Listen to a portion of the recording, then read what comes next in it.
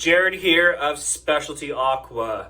Follow me as I build my dream shrimp business from the ground up out of a tiny 100 square foot room in my home.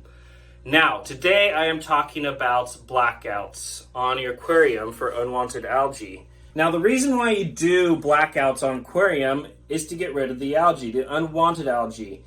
Now, I had too much green hair algae. One of the problems with green hair algae is that if it becomes too prevalent, it could choke out plants. And in fact, I had to take out some red root floaters. Now, diatom algae you do want. You don't really want diatom algae on the front viewing panel of your aquariums because you want to be able to see in, right? You want to be able to enjoy them, but also to check your livestock and plants. So I did it mostly for the green hair algae, and one of the unfortunate side effects is that it is going to get rid of some of the diatom algae. Now, I did a 3-day blackout, and that should be plenty. So let's go ahead and head on over there. It's a tiny room, only 100 square feet. So I turned off the AC. It was loud. Wouldn't be good for the video, right? Heading over here to my desk. And here it is. All right. First, let's turn on the light.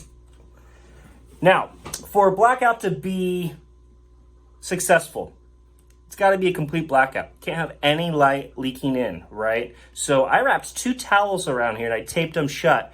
Make sure none of the light can get in. So let's unwrap this here.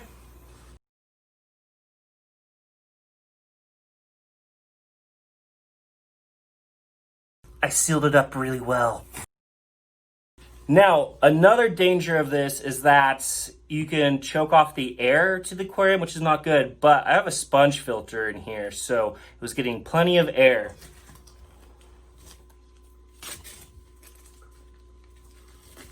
All right, try not to take too long here. Bear with me. We're getting there, we're getting there. Woo. Now, as you can see, I put some saran wrap on the top. Now, the reason I put saran wrap on there is if the towels make contact with the water, they have the wicking effect, and they'll slowly suck all the water of your aquarium. And this desk is made out of particle board. You don't want particle board to get wet. It will no longer have any structural integrity. So, let's remove the saran wrap. Let's show you the aquarium, which is way cleaner now. I didn't think about getting any before shots before doing this, but as you can see, it's looking clean. Trust me, it was full of green hair algae. And it's looking much, much nicer now. I had to cut like 2 buried shrimp. You can see a little shrimp right here.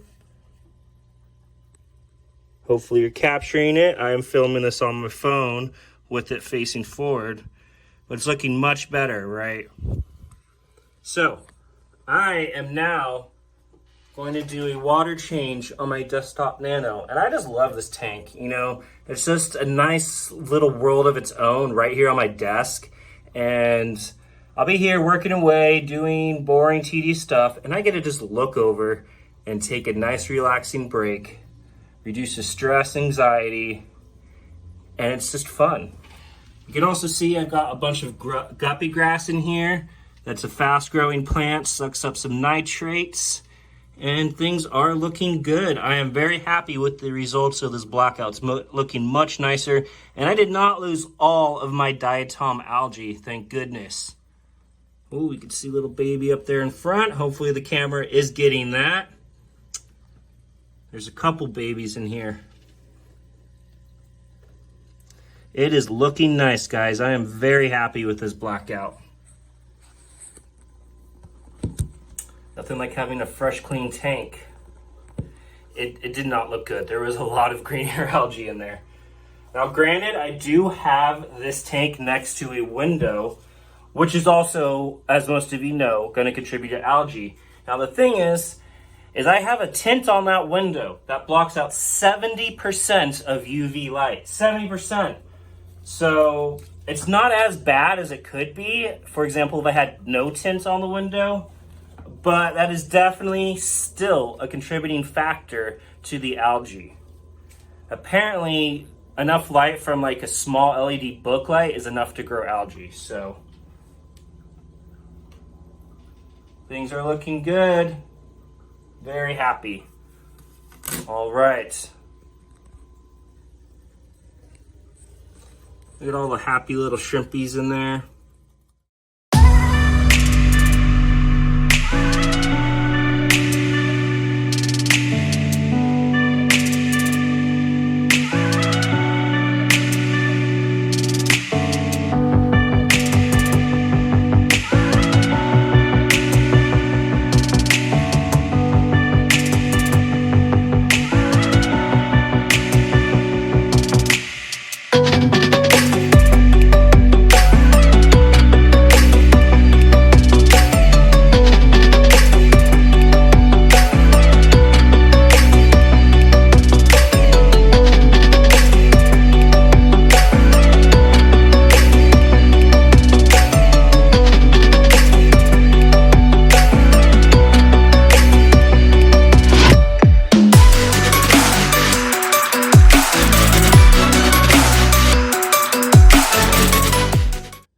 Now these are already coal shrimp, which are pretty cool in my opinion. You get a lot of cool variations going on.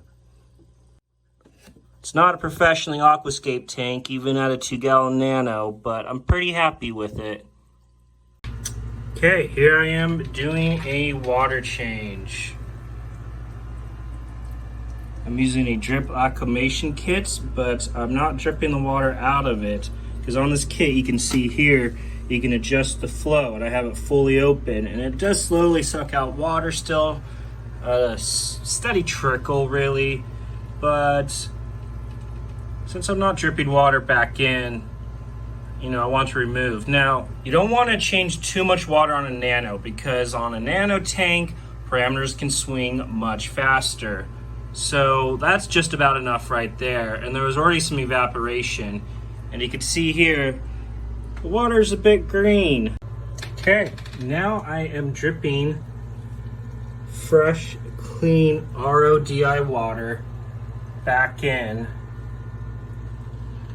to refill this tank, and we will see how it looks after that.